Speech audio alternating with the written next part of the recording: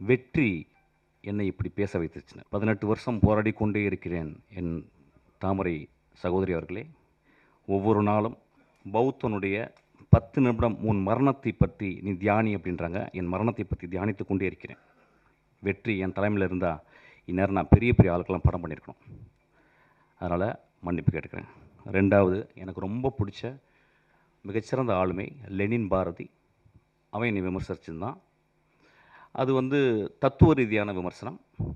அவனுக்கும் என்னுடைய ஆழ்ந்த வருத்தத்தை மன்னிப்பையும் சொல்கிறேன். அதுக்கப்புறம் ஒரு ஆக்டர், அவர் பேர் என்ன வெட்டி, அவர் பேர் அருள்தாஸ். அவர் ரொம்ப எனக்கு பிடிக்கும். அவர் மூஞ்சியை பார்க்கும்போது ஒரு பழைய தமிழ் உள்ளே இருக்கும், ரொம்ப கருணை இருக்கும் ஒரு முகத்தில். அவர் கூட ரொம்ப நாள் ஒர்க் பண்ண நினச்சேன். அவர் ஒரு 3 நாள் ரொம்ப கஷ்டப்பட்டு பெரிய பிரபலமாகவே ஆகிட்டார் என்னை திட்டி ஆக்சுவலி. அவருக்கு என் மன்னிப்பை தெரிவித்துக் கொள்கிறேன்.